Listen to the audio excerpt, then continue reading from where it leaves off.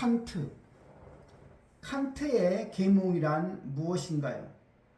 어둠의 족쇄를 끊고 스스로 이성의 빛을 향해 나아가는 여정입니다. 계몽주의에 세 강물이 있지요. 모든 계몽의 강물은 칸트라는 호수로 흘러 들어가 다시 그곳으로부터 흘러 나온다고 합니다. 프랑스의 강, 첫 번째 강입니다. 계몽 사상의 본산이었지요. 앙시엥 레짐의 강한 모순 대비 탄압, 장치는 느슨한 체제 반발적 성격을 띠고 있지요. 영국의 강은 선진 문명의 모범이며 17세기 시민혁명 달성 후 18세기 자국 사상과 문화를 긍정하며 전개됩니다. 독일과 칸트의 호수는 독일 계몽 사상의 대표자이자 사상을 완성한 인물이 바로 칸트입니다. 거대한 희귀입니다. 극복의 대상은 바로 중세였지요. 유대 기독교적 세계관이었고 중세 종교와 형이상학의 맹목적 권위였습니다. 즉 중세를 넘어 고대로 돌아가자는 생각이었습니다. 바로 지향점은 고대에 대한 비판과 희귀였습니다.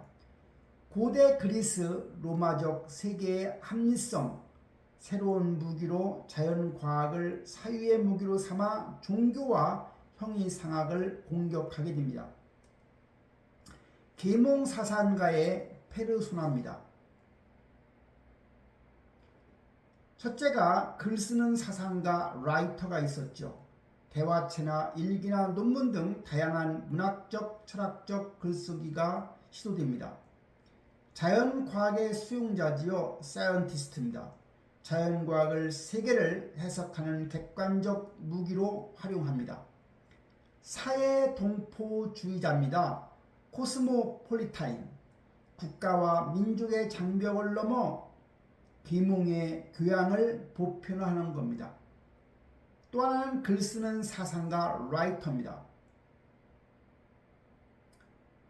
즉 글쓰는 사상가, 자연과학의 수용자, 사회동포주의자, 이 셋이 결국은 행동하는 지식인을 만드는 겁니다.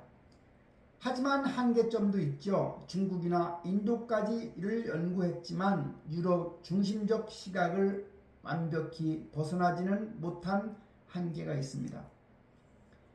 계몽이라고 하는 것은 우리가 마땅히 스스로 책임져야 할 미성년 상태로부터 벗어나는 것입니다. 인류 전체를 한 인간의 생애로 본다면 중세는 곧 미성년 상태를 의미합니다. 계몽은 이 미성년 상태를 타파하는 주체적 행위이지요. 유년기를 지나 청년기로, 청년기에서 중년기로, 중년기에서 장년기로 넘어갑니다. 중세는 아마도 미성년 상태일 겁니다. 이성의 수동적 상태이지요. 근대 문명은 이성의 주체적인 상태이고요. 미성년 상태에 대한 해부학입니다.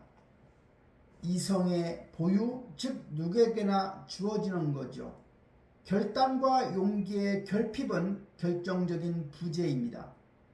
타인의 지도에 대한 의존을 더하게 되면, 즉 이성의 보유와 결단과 용기의 결핍에 타인의 지도에 대한 보존이 더해지면 바로 미성년 상태가 됩니다.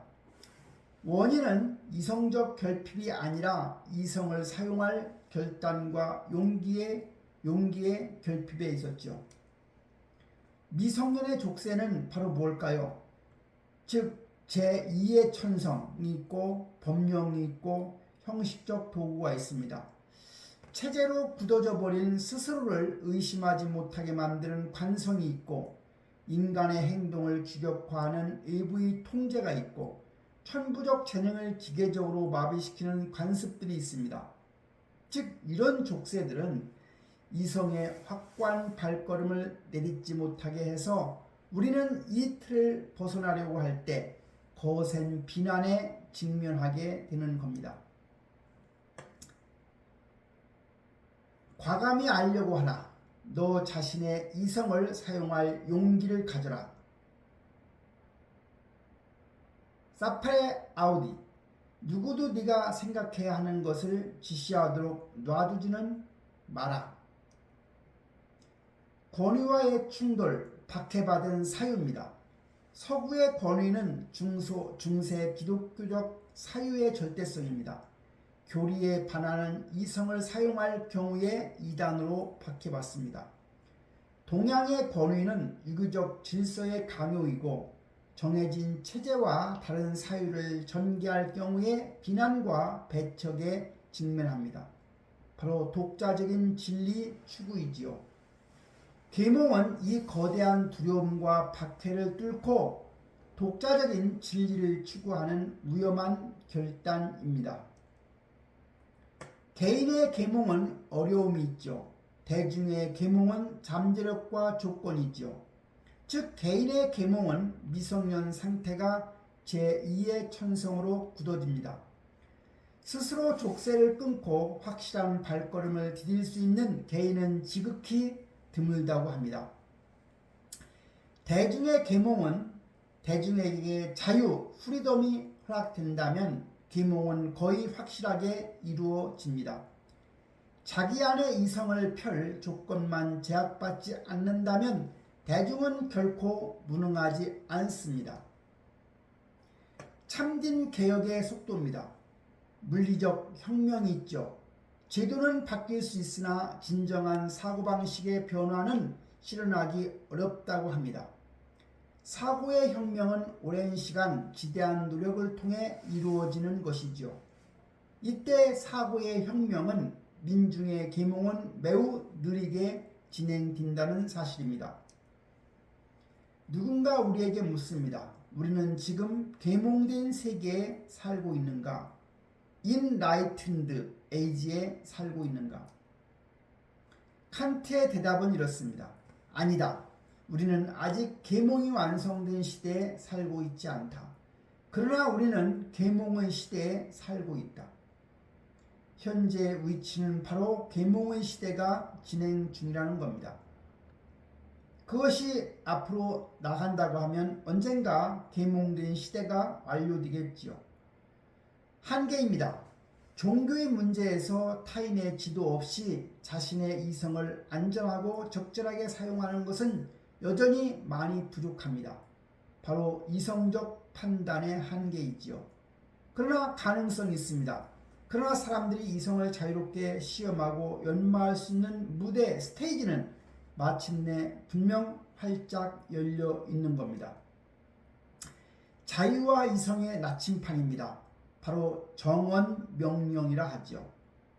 네 의지의 준칙이 항상 동시에 보편적 입법의 원리로서 유효할 수 있도록 행위하라. 계몽은 단순한 방종이 아닙니다. 자신의 이성을 사용해서 스스로 사유하되 그 행동과 사유가 인류 보편의 법칙으로 성립될 수 있는지 스스로에게 엄격하게 묻는 과정이지요. 영원히 진행되는 인류의 신성한 권리입니다. 1. 과거의 극복입니다. 서구 중세적 전통과 미성년 상태의 족쇄를 타파하는 겁니다. 도구의 장착입니다.